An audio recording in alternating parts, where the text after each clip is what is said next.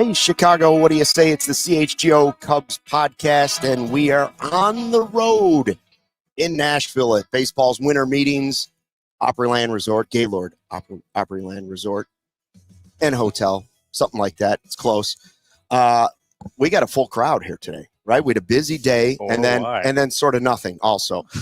Cody Delmendo's here. He's excited. He's been stalking the escalator to see if Shohei would show up. So far, it hasn't happened. Don't let the facts get in the way of it. Ryan Herrera's been working the hallways, hitting all the sources. I've been eating Cinnabon, and we brought in the very tall and talented Lance Brozdowski from Marquee Network. Hey, I haven't tried the Cinnabon yet. Is it good? I haven't had Cinnabon in so long. Neither did I. Big Wetzel's Pretzels guy. You know, sometimes you grab that. Oh, you're shaking your head. Okay. No, well, I'll leave now. let me just tell you. Come on, those pretzels smell amazing. The best thing that has happened today is Cinnabon. That's fair. That is without question. Yeah, and you went without telling me. I'm still kind of upset about that. I wanted a Cinnabon. Well, I'll get you one tomorrow. All right, cool. And we shouldn't say nothing happened today because the Tigers did give their manager an extension. Other than that, nothing happened today. Whoa. Cub for life, Wade Miley. Okay, sir. Yeah. Also, huge move. I was on the edge of, my seat waiting for that one. Waiting for Wade Miley's decision. Yeah, absolutely. The biggest decision of the week. They should have done it like LeBron in 2010. Yeah. When we loaded up the airplane at 6 a.m., we were like, Wade AJ Miley. Or Hinch extension. Yes. No, we were all waiting to see if Shohei Ohtani would make up his mind.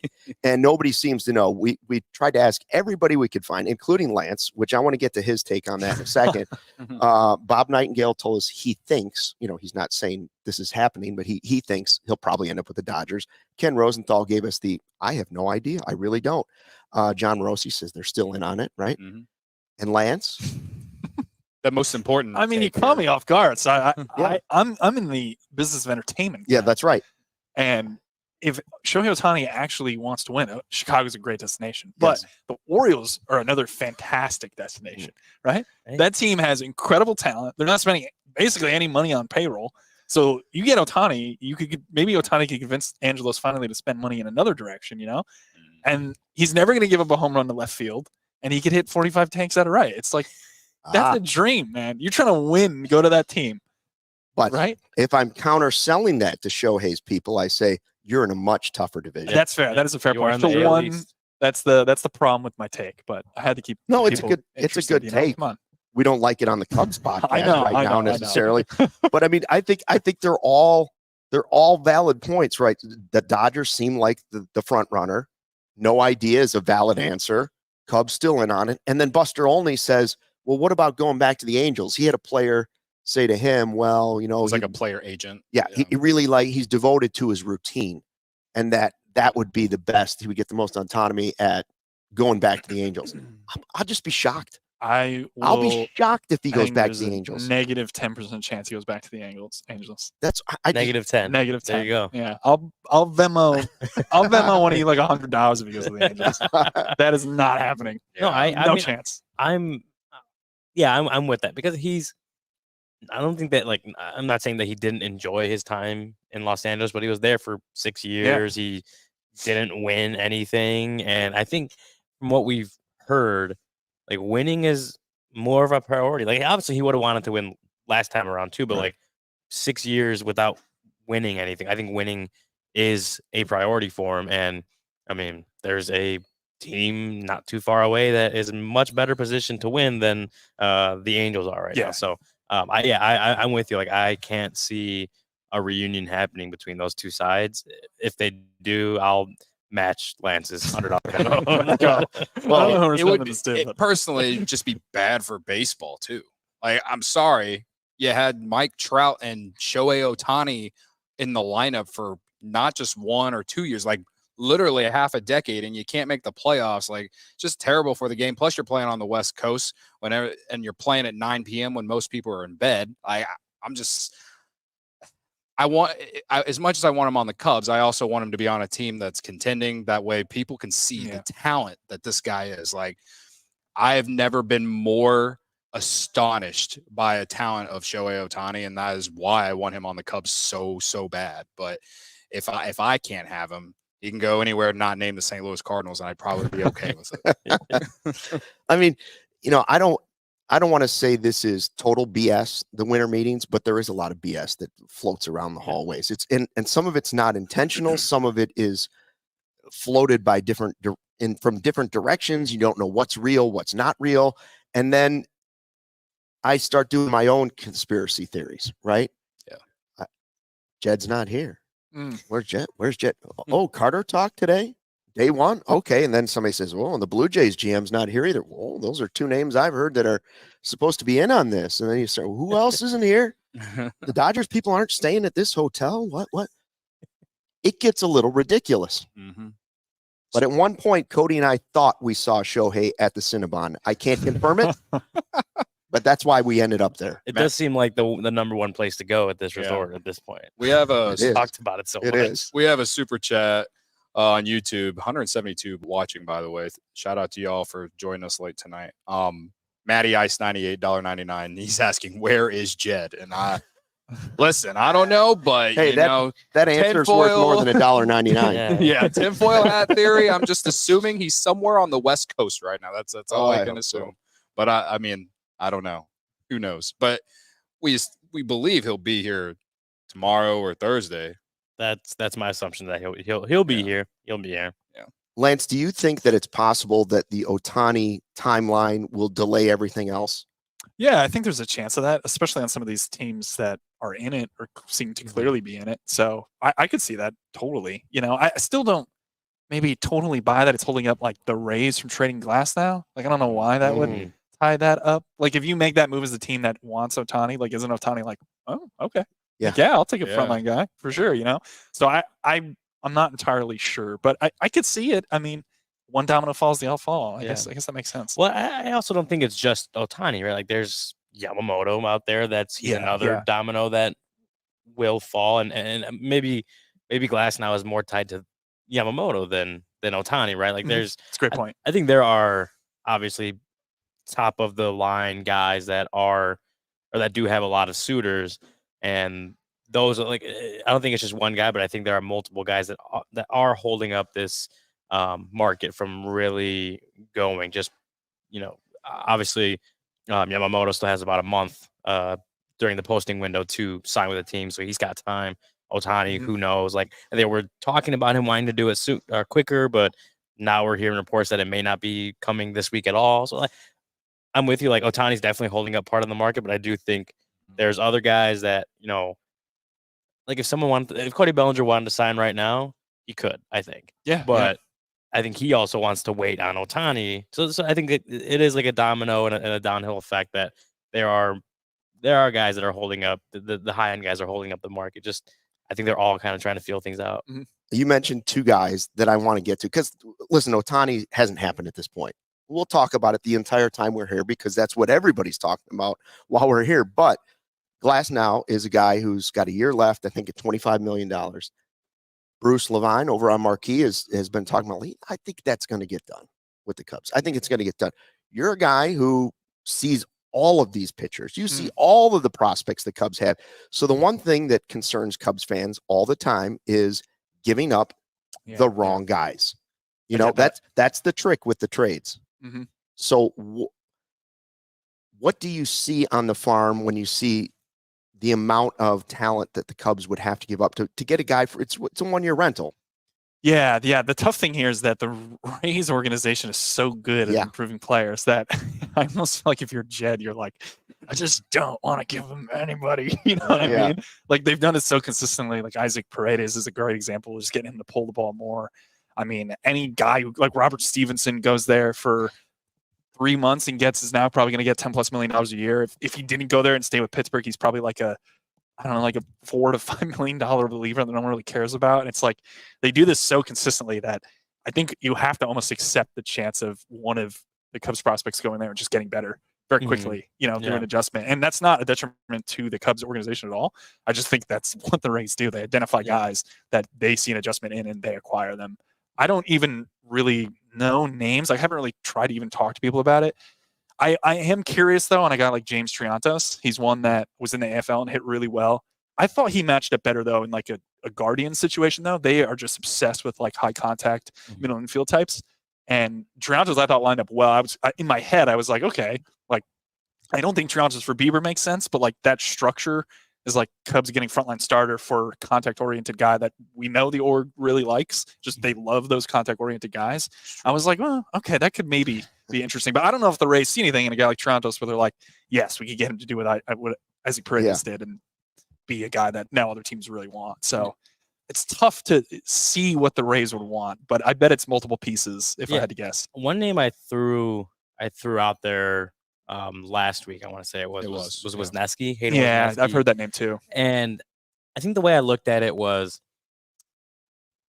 yes, Hayden, like the raw stuff is there, and it feels like a guy that the Rays will figure out and get him to that level that they want him to be at.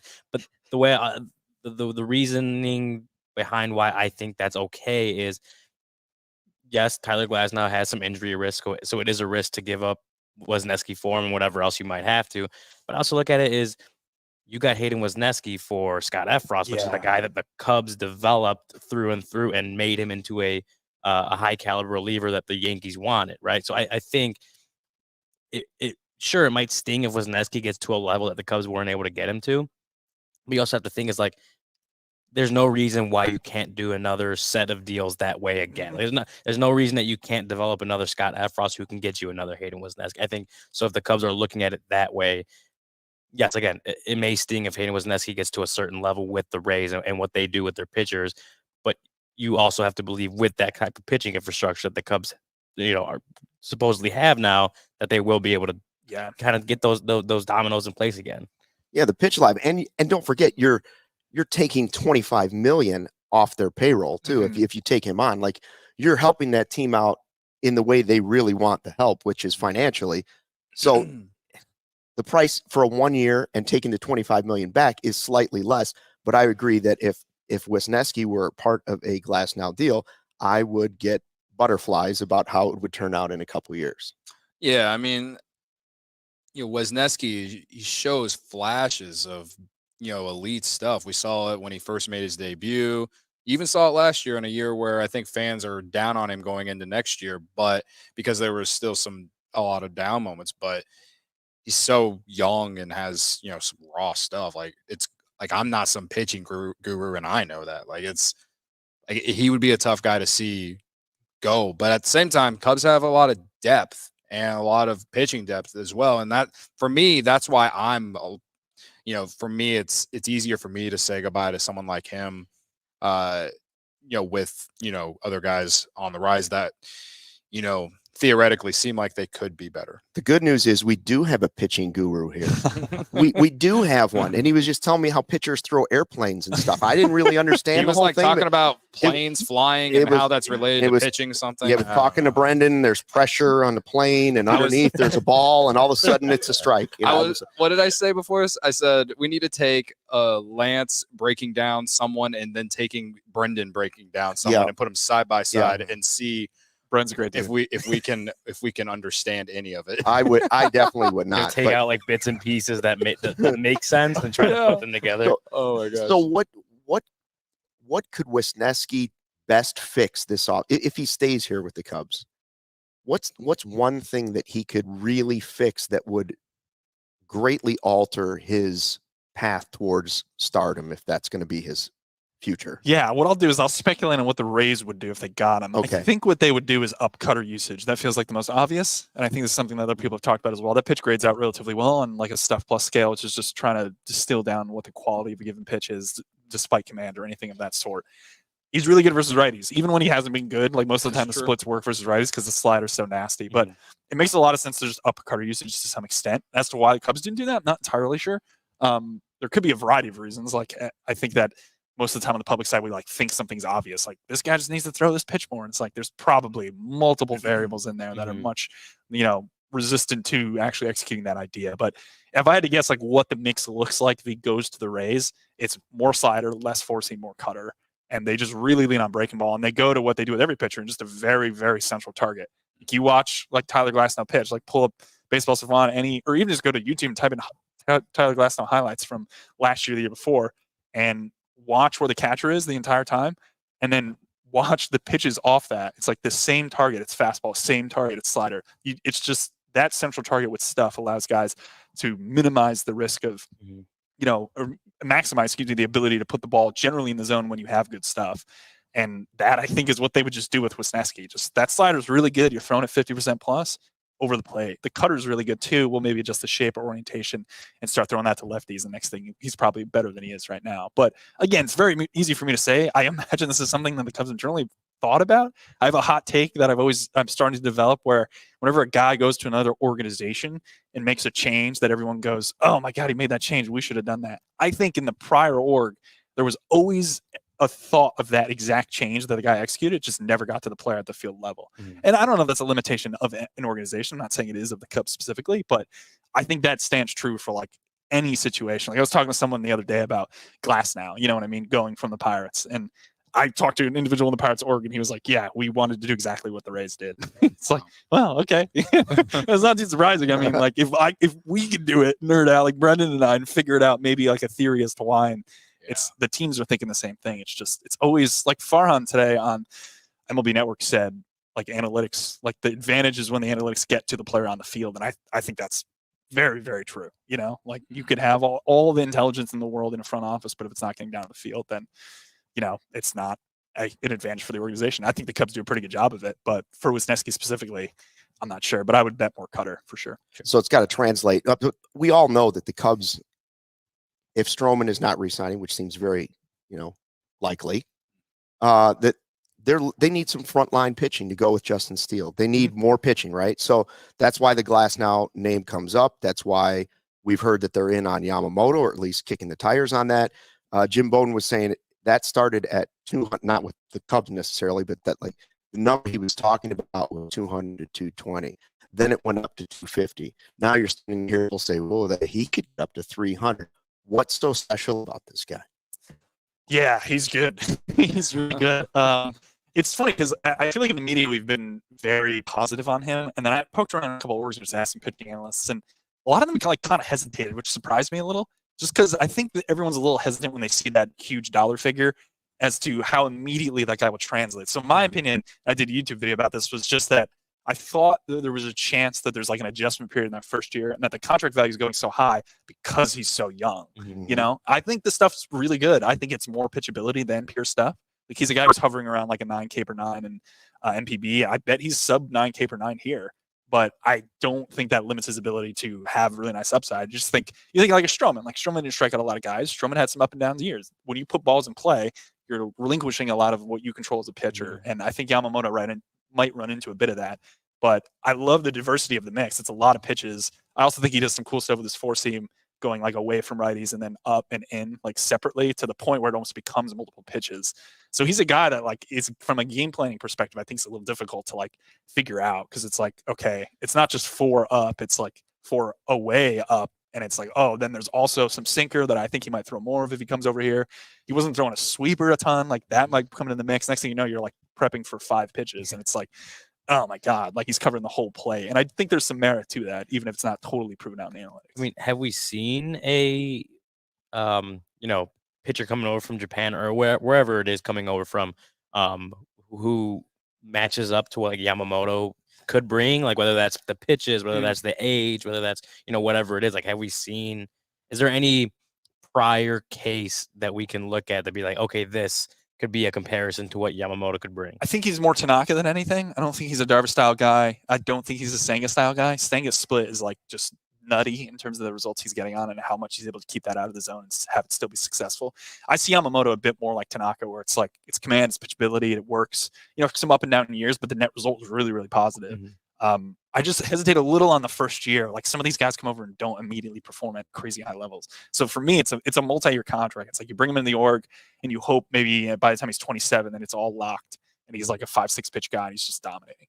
Yeah, and I mean that's not like unreasonable to think that like he may not perform like what they want, what people would want him like at the high end, right? Like I don't think that's an unreasonable expectation to think that he may not perform well the first year, and it may look like it's not. I also might look like a complete idiot. Who knows? No. Like there's a chance of that. All I was going to say is we're sitting here saying it's a reasonable thing to expect that he might need a little time to transition, and I'm going to say that Cubs fans sitting in the bleachers tossing back their beers are going to say, we gave this guy $300 million and he's got more losses than he does wins. That's going to happen if that's what happens. Yeah, absolutely. No, for sure. There would be, and it might be on our podcast. That's what comes with those kinds of contracts. It's just the fact of the matter. And in some ways I feel bad, but in other ways, like, well, I don't have millions of dollars. So, I get the fan frustration when guys don't necessarily perform right away. But for guys coming out of, from overseas in Japan, like,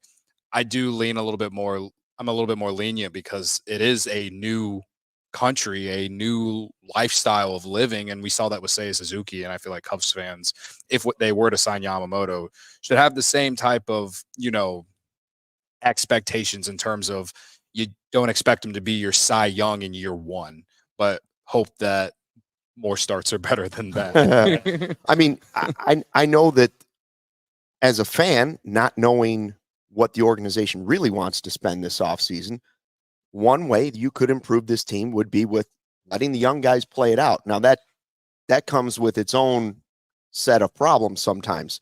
So some might say, well, why go spend the money on Yamamoto? You need a frontline guy, but you might have him somewhere in Wicks, Horton, Ben Brown. Of these young players that are coming up, either have come up or are on their way up, who really catches your eye? It's Cade Horton. It's a very easy answer. Yeah, he's a beast. I think he's going to be very good. I think there's a clear comp too that I haven't really heard too much, and I've been pounding it. It's Tanner Bybee from the Guardians. Mhm. The mix is like identical. Like it's like kind of a cut right fastball. It's a very similar slot. It's over the top, which I think is weird. Usually over the top, you think like tumbling curve. He's able to create sweep. He's working on a changeup. Bybee's had a really good changeup. I think that's probably the one difference where I would take Bybee over Horton right now. But I mean, I think if they don't acquire like a crazy frontline guy like a Glasnow or Yamamoto, and they kind of stay where they are and maybe add like someone in that Gibson-y tier that the Cardinals added, like I think it's because maybe they have even more confidence in Cade Horton than maybe the public does. I know anyone who follows Cubs prospects, and there's a lot of really good accounts, is like super in on Cade. He's like a top 2-3 pitching prospect in all of baseball. And I don't know if like we realize that, but he's nasty. Yeah, what did Greg Huss say? Like 6 starts? Six starts. And was Greg Huss's prediction. Six starts and call. Yeah, I'd love that. I mean, you have to, like, when an org makes a move or doesn't make a move, I think that often sends signals in certain directions. So if the Cubs like don't add pitching, like they think Ben Brown's healthy and they think Cade Horton is going to be like as impactful as Tanner Bybee was. He's third in Rookie of the Year voting, I believe, or maybe it was second off the top of my head. I don't remember, but yeah, they could have that. You don't really need to sign anybody. I think you should sign somebody. Sure. I like Glasnow. Even with the injury risk, I think Glasnow's perfect because like even if he only gives you 120 to 140, he's going to be incentivized to throw more than that because he's hitting free agency. Like you have some depth in rotation. Assad, Hendricks, like these guys are all going to throw probably around 100 plus innings. So it's like if I only get 120 to 140 of good innings out of Tyler Glasnow, which he's given every single time he's been out there. It's just the problem of being out there for 180 plus. Like that's perfect. Mm-hmm. Like Glasnow to Horton is fantastic. Give me 120 from Glasnow and 80 from Horton. There's a 200 inning pitcher, and it's going to be above league average in terms of performance. Yeah, as Jed always says, like you can never have enough pitching. I think that's very true. I think when you look at even this past season, the Cubs, we all kind of went into it as like, oh, they have the starting pitching depth, and it kind of showed for a while they didn't, or just the depth and the pitching staff in general. Like the depth was not there, so you can never have too much pitching. That's what Jed says. It's cliche, but it's very true that if you have the ability to go out and add good pitching, good innings, I think I'm with you. I think you should. I absolutely think you should because you never really know what's going to happen over a 162 game season. If you had to guess, who's the Cubs closer before we go? Who's the Cubs closer this season? I guess I'll go back to ALLCITY. Yeah. I'd love to see like a Josh Hader on this team. I think it fits really well. Like I know he's a guy that the Phillies have been interested in, I think I've heard, and I love him. I just think he's a really unique arm. Cubs don't have a ton of left-handed bullpen pieces that have been impactful. Hader makes a lot of sense, and a council guy too, I don't know what that relationship was like, but I could totally see that working. I'd love to see Hader. I mean, why not? Yeah, I think one of the things we talked about last time was that just the price and what they're throwing out there just doesn't generally jive with what I feel like we've seen from like Jed and his bullpen building, But it's not my money. Well, my thinking is, and just based off, how we've seen the Cubs spin. Yeah. I feel like if they were to give Hader that, what MLB trade rumors and Fangraphs projects, I feel like they're not going to spend enough money on fixing what honestly was a big part of what happened in September, and that was the offense, really not just being consistent enough in my opinion. So that's why it's never been that I didn't think Josh Hader was a good closer. It's always been about how they can spend the money intelligently, like Jed Hoyer always says. So this was awesome. Yeah. Appreciate it. Now, real quick before you go, Of course. how's the airplane thing work again? Do you actually want to explain this right now? Real fast. Give us 30 seconds. An airplane, the air, All right. the wing. So I've been working on. So there's a concept in baseball that all front offices are thinking about called seam shifted wake, right? Essentially, you always think of a ball moving in a certain way, and you think of it because you're forcing, you're pulling down the seams that rotates the ball, creates a force. The ball kind of rises relative to gravity, And now we've kind of discovered that there's other ways that ball could move, and seam shifted wake is one of them. You can call it seam effects, whatever you want. The analogy that I'm playing around with that I heard from someone is a plane, right? One part of the plane or wing of a plane is flat, the bottom, and then the top is curved, right? So there's a difference in how long it takes the air to go over something that's flat relative to something that's curved. And because of that difference, you get a pressure differential and the plane lifts, right? So the longer side, the opposite of the longer side, has more lift, so to speak. You think of the same way on a baseball. A baseball has seams. It's not a cue ball, so to speak, right? So the air around a seam is going to take longer than just going over the leather of the ball. So if you could orient that seam in a certain way, you could get a pressure differential that then moves the ball in a certain direction. And optimizing the orientation to get unique movement is what seam shifted wake is. Lance has been trying to teach me seam shifted wake. Every year I'm going to have a new analogy for you. I think it'd be 21 months now, something like that. Yeah, I think it's just about that. It was I still don't get it. I still don't get it, but I appreciate. I'm trying. I appreciate the attempts every time you try. I feel like if we could get Lance and Brendan in one room. Yeah, I've never met him actually. Well, we could just tell NASA to take the rest of the year off. Start the space show. Thank you so much for coming on. Really appreciate it. Guys, appreciate you, Lance. Take care, man. Good to see you. Good to see you. Absolutely. For coming on today, Lance, we're going to send you some free carpet. No, I lied. Okay. With Empire today, you get a shop at home convenience, the right product for your needs, quick and professional installation, and a low price guarantee. Let's not forget, they keep it simple when you're looking for new flooring, and they have this process where they get rid of all of the junk samples that you don't want to see, right? That you shouldn't even check into. They get rid of all that stuff, and then they give you just the best stuff, and then they give you the virtual floor designer. It's a great way to see how new floors will look in any space. Shopping for floors at the big box store can be frustrating because sometimes you're talking to a guy who was working in plumbing yesterday. He was showing Kohler toilets to somebody. Now he's trying to sell you the carpet for your living room. Well, that's insane. So you don't want to do that. And this is Empire. All they do is flooring. So they know what they're talking about, and they service their own warranties too. If there is an issue, just call Empire. They service their own warranty. You don't have to track down the manufacturer's phone number at all. So schedule a free home in estimate today. All listeners can receive a $350 off discount when they use the promo code CHGO. Restrictions apply. See empiretoday.com/CHGO for details. Luke, we got to tell you about Midtown Athletic Club. I know. I heard you guys went. It's only the greatest place on earth if I keep Wrigley Field out of the thought process. We went. Was it last week? We went last week, and we fell in love. Yeah. Midtown Athletic Club is amazing. The towels. That's just really like the start of it. I think it's better and better. Lots of fluffy towels. I think it's better and better and better. So yeah, Midtown Athletic Club. Midtown's 4 Chicagoland locations are in Palatine in the northwest suburbs, Bannockburn in the North Shore, Willowbrook in the southwest suburbs, and the Midtown Athletic Club and Hotel in the middle of Bucktown and Lincoln Park, which is where we went and had a ton of fun. Midtown Palatine actually has launched a multi-million-dollar transformation of the club, which will be complete in early 2024. Listeners can lock in favorable rates if they join before the end of the year.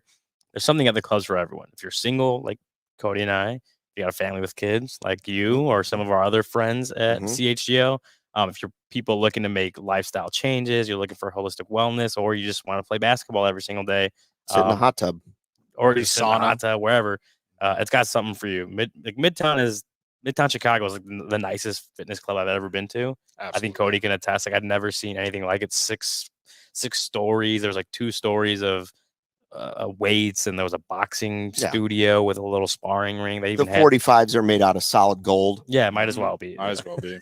Yeah, so it has cool club features, super luxe locker rooms with wet and dry saunas and premium amenities, amazing outdoor and indoor pools and hot tubs, a collection of boutique fitness studios with more than 100 classes per week included in the membership, which that pays for itself right there. And those aren't just gym quality fitness spaces. The spaces are boutique quality. It's also got the best tennis courts and programming in the sport.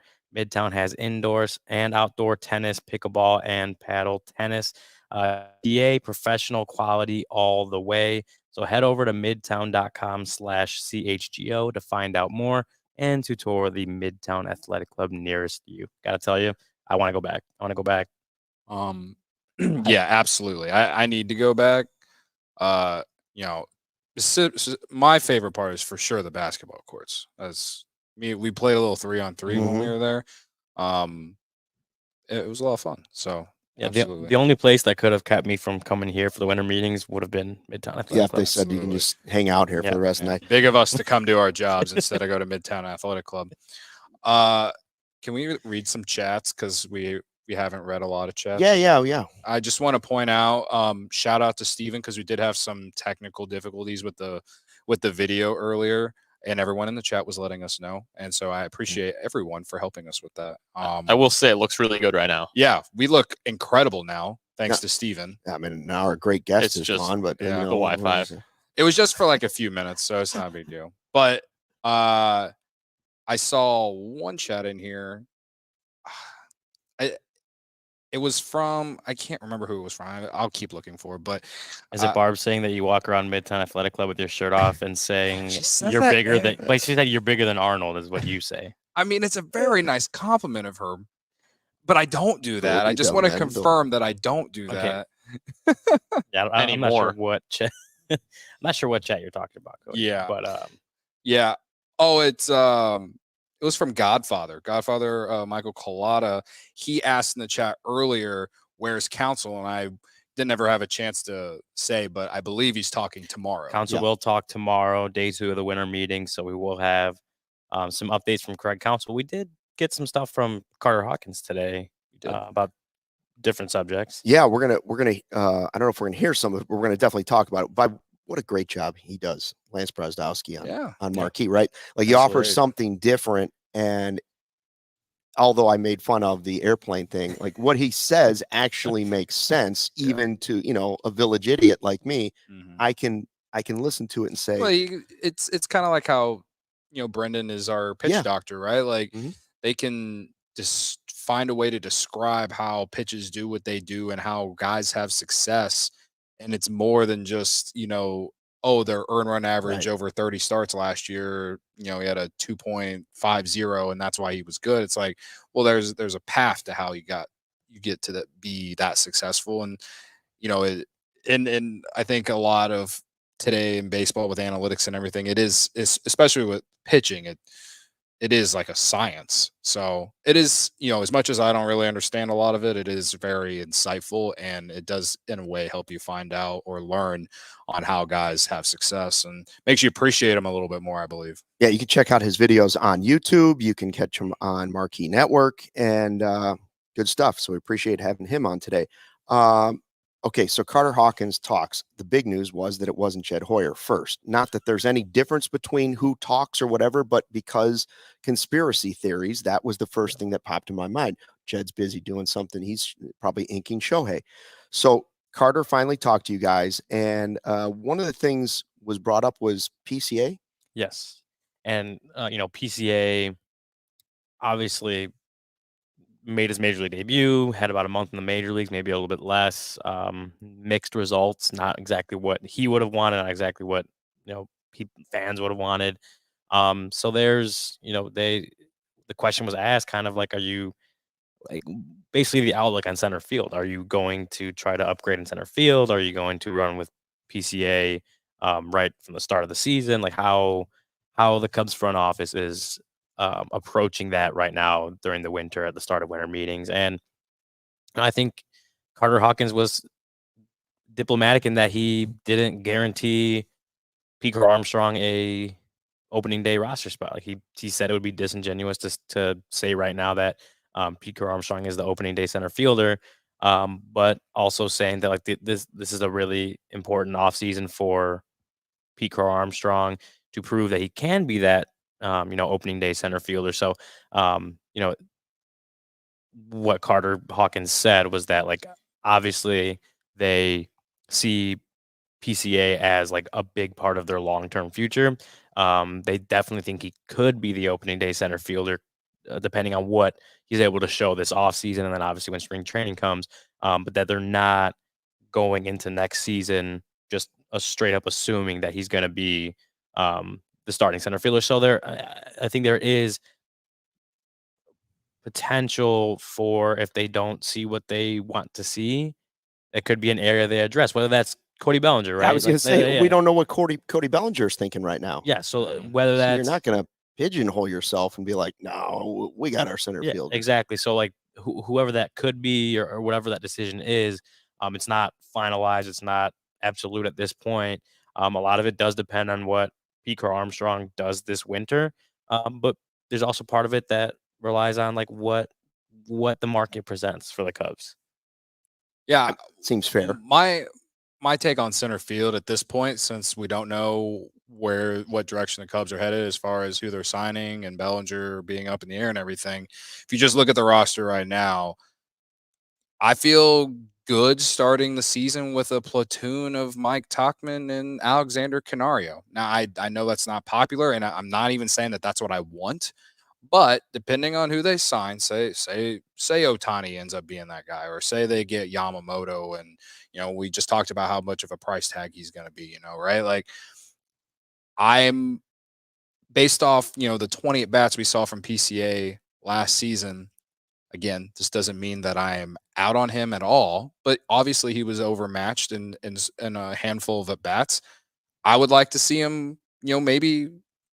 Unless he really shows out in spring training, I wouldn't be upset if he played the first month in Iowa, and I'd be okay with Mike Tauchman and Alexander Canario getting some center field time. Now, again, I don't know if they want to play Alexander Canario in center field, but they did play him there in September last year, like 1 or 2 games, and obviously Tauchman played there a ton. So it's not fancy, it's not sexy, it's it doesn't show that you're trying, like at this point it doesn't show that you're trying to win a World Series, but based off what they have right now, I don't think center field is some glaring hole.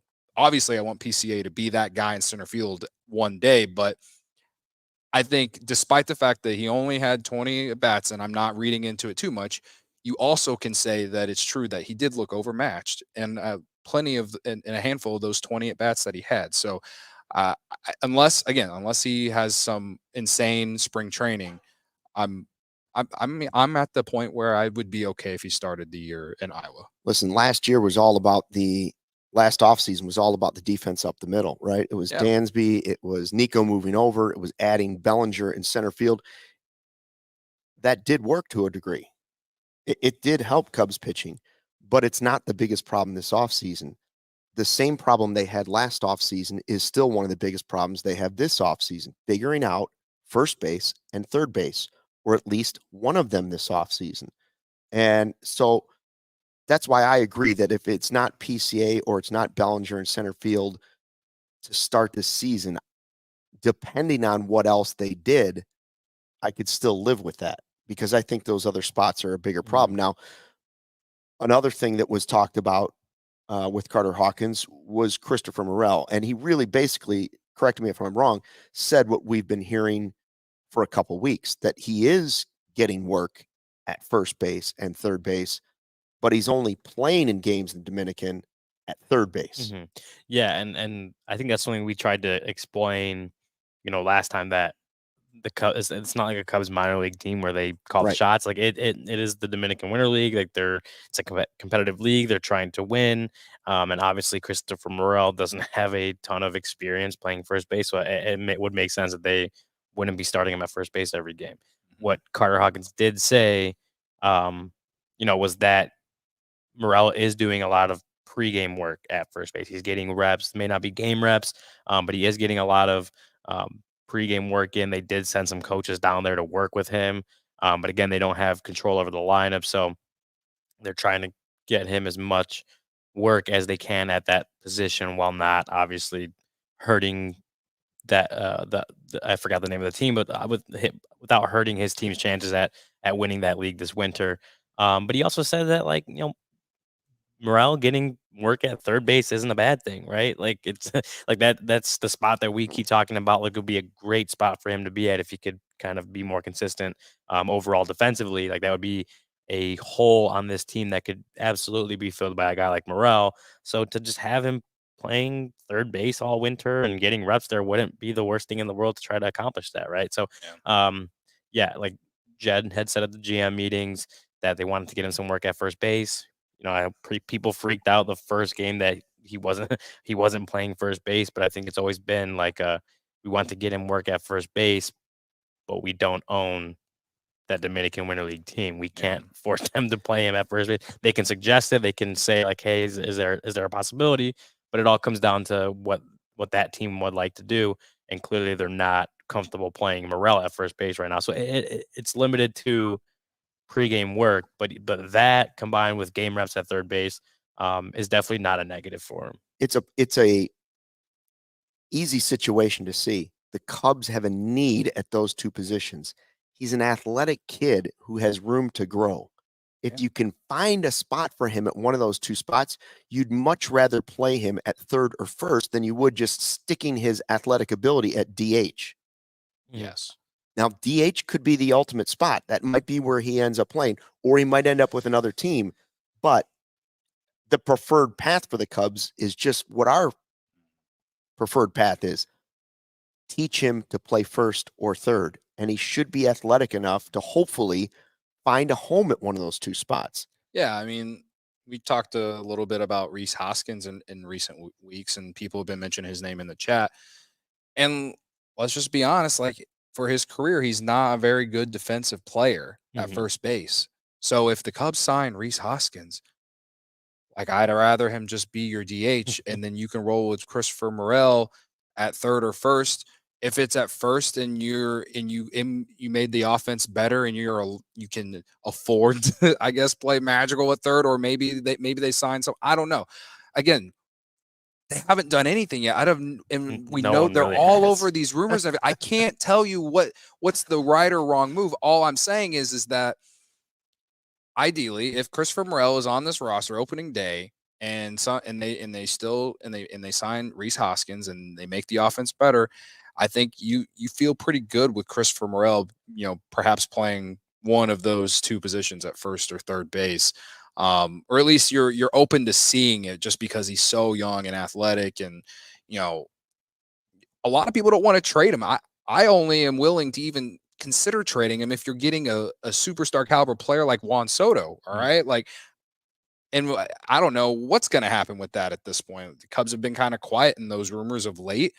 I know things can change quickly, especially if Otani signs tomorrow with the Dodgers or whatever, right? So I don't know. I have no idea what's happening, but I do like to see that he's, playing those corner infield positions, in the Dominican right now, and it's only helping his game.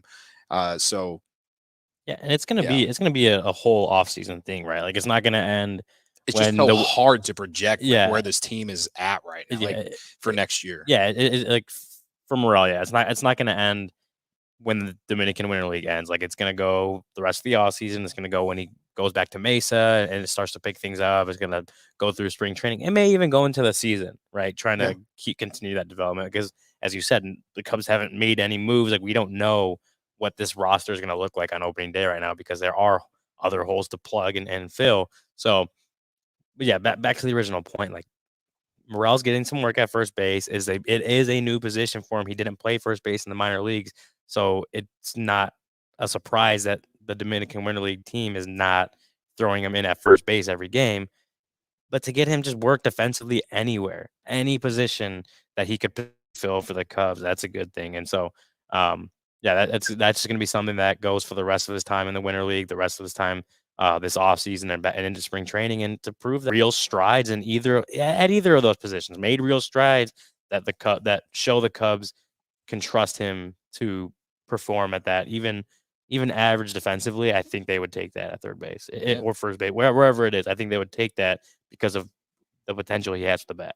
Yeah. Anything else from Carter that jumped out at you? You were there with all the beat reporters when he came down. He talked. He spoke. At one point he's talking to a camera, and then he separates. He talks a little bit with just the beat writers, and obviously he was pretty bland when you come to, and I don't blame him for it, but he was basically like, yes, we're actively trying to improve the roster. Okay. Yeah. Good. Yeah. So, I mean, they got to get they got some fires going right now. I understand that. And he's not going to tell us what the fires are. There's no reward in that. Anything else outside of that jumped out at you? Yeah. I think one thing we've continued to kind of question is the coaching staff. And, Craig Counsell at his intro press conference talked about wanting to be slow and deliberate with those decisions and not rush through that process as quickly as he kind of went through the hiring process. Mm-hmm. But talking to Carter Hawkins today, asking about the coaching staff, he said that they're pretty close to having it filled out, but believes for the most part, coaches that have not taken jobs anywhere else. So Andy Green going to New York in the front office, or like Johnny Washington going to the Angels, like outside of things we've heard of guys taking other jobs, he believes for the most part, the coaches that are already on the coaching staff will return. So that, should mean Tommy Hotovy remains as pitching coach and Dustin Kelly remains as hitting coach.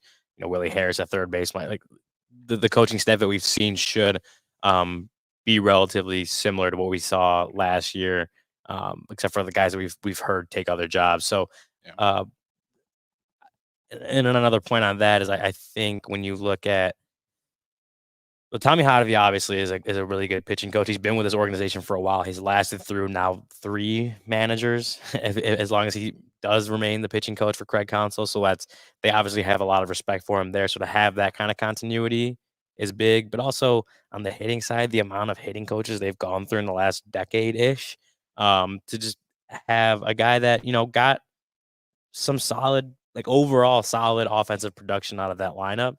And did some things, maybe taught some different things or whatever Dustin Kelly did behind the scenes, that it was a solid offensive lineup. It wasn't always high, but it wasn't always low either. So to have just some continuity with the players, and to have the same hitting coach after years and years of just recycling hitting coaches, I think that just having continuity is good for a team looking to build off of what they were able to do last year, which was building off the year before, or at least the second half before. Yeah. Like I said, Hotovy, Dustin Kelly, as long as they're doing their thing, man, wherever as long as they're in the organization. I don't even, you want to move Hotovy to Craig Breslow's spot? I don't care. Like, as long as he's in the organization. We don't see what they do day to day anyways. Like, come on. Yeah. Plus, he's been on our show, so I got nothing negative to ever say. And he wears Jordans. Yeah, he does. Sure. Really nice ones. Sold my Jordans. I think they all wear really nice. They Jordans, do. to be honest. They do. The shoe game for the Cubs has always been elite. So, credit to them. Did you know that it's getting easier for businesses to switch to electric vehicles? That's something we can all get behind. For the health of the planet and for the well-being of all of us who share it. Yeah, the electric grid is evolving to meet your cleaner energy needs as we all move with confidence toward an electric tomorrow. Whether you have one delivery van or a whole fleet of shipping trucks, ComEd can help guide you to make the changes that make sense. So, Cody, what should business owners do? Well, they should go to ComEd.com, Luke, /ComEd.com/clean to learn more about the resources, fleet rebates, and infrastructure incentives available to help businesses go electric. If you own a business, don't wait, Luke. Start making your plan today to switch to electric vehicles. Good for business, good for the planet, good for all of us. Go to ComEd.com/clean. Did you say ComEd.com/clean? Yeah, go now and see how going electric connects us to be a better way of doing business and a better future for generations to come. Hear, hear. There you go. For the first time reading that, we did very well. Credit to us. You know what else? Humble too. You know what else deserves credit? Me, because I won well over $400 on the books this past weekend. All right. You too can do that at Circa Sportsbook. You know why? Because they have tight money line splits. And that's one of my favorite parts about Circa Sportsbook. Games will strive to be a -110 split on the Circa Sports menu, unlike other sportsbooks, which may use a -115 or -120 split. Circa Sports keeps as little money as possible on large market bets, especially compared to other books. Another good thing that I love is their high app limits and transparency. Circa Sports does not limit players based on their winnings. Every player has the same limits, unlike other books who do limit winning players. They encourage bettors to download and explore all sports betting apps available so they can not only compare the lines, but also see if those books are limiting them because they're really good at sports betting and they want to take your money. And then finally, the Circa Sports customer service is second to none. There are real people behind the Circa Sports brand who resolve issues in a timely fashion, unlike other books who use chatbots, which are the worst thing that has ever existed in our world. Chatbots, all right? All aspects of the app are being run by the same team that runs the main Circa Sports book at Circa Resort and Casino in Las Vegas. So download the Circa Sports Illinois app at circasports.com/Illinois-app to sign up today. Also, be on the lookout for Circa events, watch parties, and tailgates. If you or someone you know may have a problem with gambling, call 1-800-GAMBLER, text GAMB to 833-234, or visit areyoureallywinning.com. Well, the Brewers think they are winning. That's another, like they did too much today. Well, this is a division rival. You know, we've talked about it. They're going to keep their stadium. Big move. They lost their manager. Big move. And now they've taken one of the top prospects in all of baseball, and they gave Jackson Chourio 8 years. He was here today, right here in Nashville, right at the Opryland Hotel here, just like we are at the baseball winter meetings, and have reportedly signed him to an 8-year, $82 million deal, the biggest contract ever to a player that hasn't made their major league debut even yet. Even is a bigger deal than what Luis Robert. It's not like he had a call up, and then Pete Crow Armstrong. It'd be like, you've seen more of Pete Crow Armstrong than you have of this guy. They gave him 8 for $82 million. So my question is, is this trend going to continue? Because I think it's an interesting one. Herb and I were talking about it on the Chicago Sports Podcast, and we're saying he was mad at the agent for letting him take it. And I said, well, the flip side is he becomes Brendan Davis, and he has some injuries, and the guy's got no money. You can be Yamamoto in this. Well, and that may be it. Like many people believe the Mancada thing is an attitude deal. Right. Like he got the money and he stopped working. Well, and also he played a year or two in the league before he got it, but he was still very, very young when he got that deal. I just see the benefit on both sides of this, right? Like at least to offer this out to players. It's a danger to the team because they might end up giving $82 million to a kid that just never quite gets it at the major league level, even though they think he will. And it's a danger to him because he might very easily make $400 million instead of the 85 in that period of time. But 82 million is a pretty nice guarantee.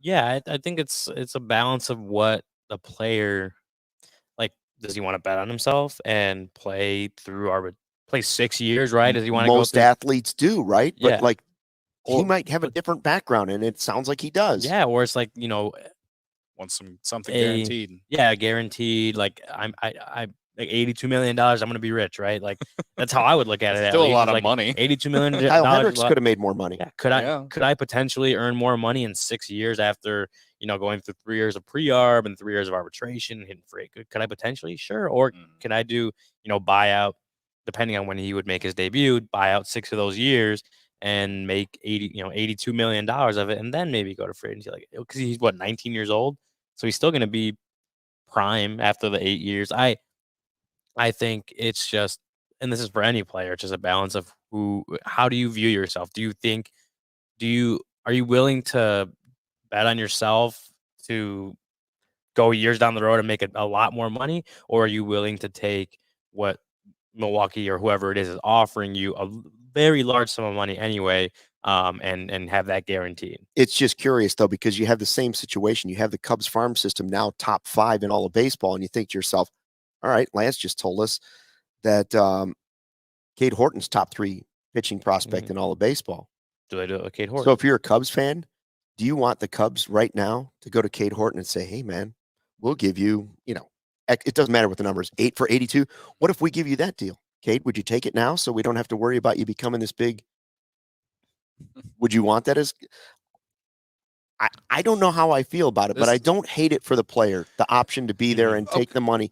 $82 million is going to change your entire family for generations. I'll give you a perspective from the fan, just looking at who cares about the team's success more than, the players, whatever's going on with like his upbringing, whatever, life-changing money, right?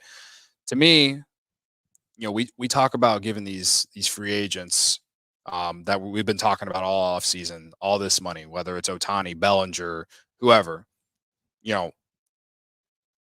everyone also obviously knows that I'm all in on Shohei Ohtani. Well, he also has having a second Tommy John. He's 30 years old. And like history shows that in Major League Baseball, those contracts usually do not age well over time. You know what I mean? You're hoping that the first 4 or 5 years are the winning window for your organization to win a World Series or something like that, in which then you can, in those back years, you can just deal with all that money that he's probably going to get paid, well overpaid. I hope that doesn't happen, because I think Shohei Ohtani is the greatest baseball player that we will ever see, unless all these two-way players start coming out of the woodwork because everyone wants to be like him or something like that, whatever. So I think it is, to bring it back around, I think it's just a much more better risk on some of these guys, top prospects. $82 million over 8 years, like that's barely over $10 million. Yeah, it's like, I know. And you know what baseball salaries are going to do in the next 8 years? Like they're right. that $10 million is going to look like so 7 million, whatever it is. And so it's like, okay, yeah, he hasn't proved anything yet, right? And yeah, maybe in year 1 he struggles or whatever, he goes through the ups and downs of being a rookie, but I'm much more willing to go through that, just from a fan standpoint. And how those guys get better is when you put better players around them. Mm-hmm. So it's the Brewers. So like, I think that they're like, if it doesn't go well for them, I think it's just because they're not putting better players around him to take pressure off him to live up to some sort of heightened expectations, which are high because he's going into next year as one of the top prospects in baseball. I think it's a lot different it can go a lot different in certain situations. Yeah, and I don't want to compare it to the David Bodie contract, because that was $15 million. Different players, right? But you say here, I forgot exactly what they're paying David Bodie this season. But it's still like, making like $5 million or something. Oh yeah, I mean that was a small gamble. But I'm saying, in a way, yes, the Cubs gamble. They gave him a little extra money, maybe up front to buy out some of those years or whatever. Now he's not on the 40-man. You're like, well, that's like $4 or $5 million. That's just sitting there doing nothing, right? Yeah. But it's also $4 or $5 million. Now I'm talking about with this guy, 6 years from now, right? If he's just not lived up to that contract, again, it's just over 10 million. 6 years from now, that 10 million is going to look smaller than what it looks like now. So it's not like it's a break the bank type move. It's not like it's going to be like David Bodie. And I guess it may be a little bit different just based on the market size, but like David Bodie's money on the books it shouldn't absolutely not be a reason for the Cubs not to spend more money. Right. A contract like that, it's a hefty sum for a kid that's never played a major league game before. I just think it's but if it doesn't work out, like it also shouldn't be too much to stop a team, even the Brewers, from spending more money. Yeah.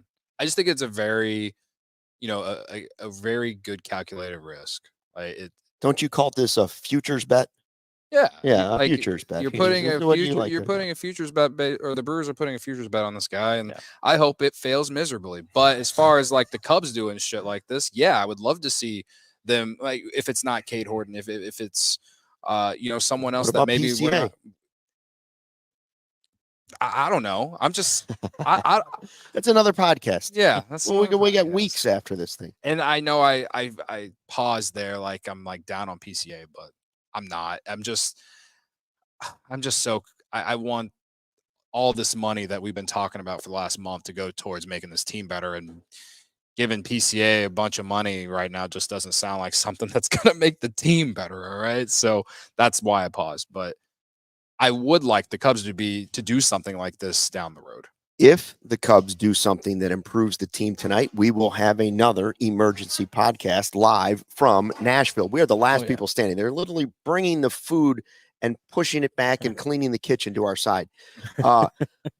You're wondering, how did we get into this place? How did you guys get into the baseball winter meetings? We're all wearing credentials, right? You're looking at it like we got the nice fancy setup where all the big wigs are right there, right? Well, we threw down the diehard card. Yeah. That's how I got it. So we threw down the CHGO diehard card. You could have one too. Listen, you get our post-game shows, you get our podcast every day. Diehard card gets you all of Ryan's premium written content for members at allchgo.com. Look, there's two of them right there. Threw it down. 20% off events. You get dope merch for all of our teams, and that comes at a 20% discount.